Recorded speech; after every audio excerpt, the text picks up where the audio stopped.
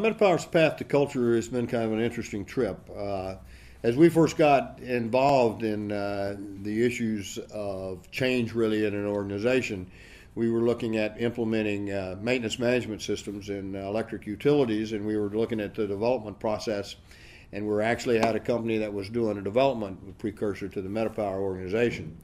And it was really came up around some work that was done by some people at IBM around what became known as structured analysis, which was a modeling capability that allows you to work out in detail what the information needed to flow so that you could basically put that into a software system.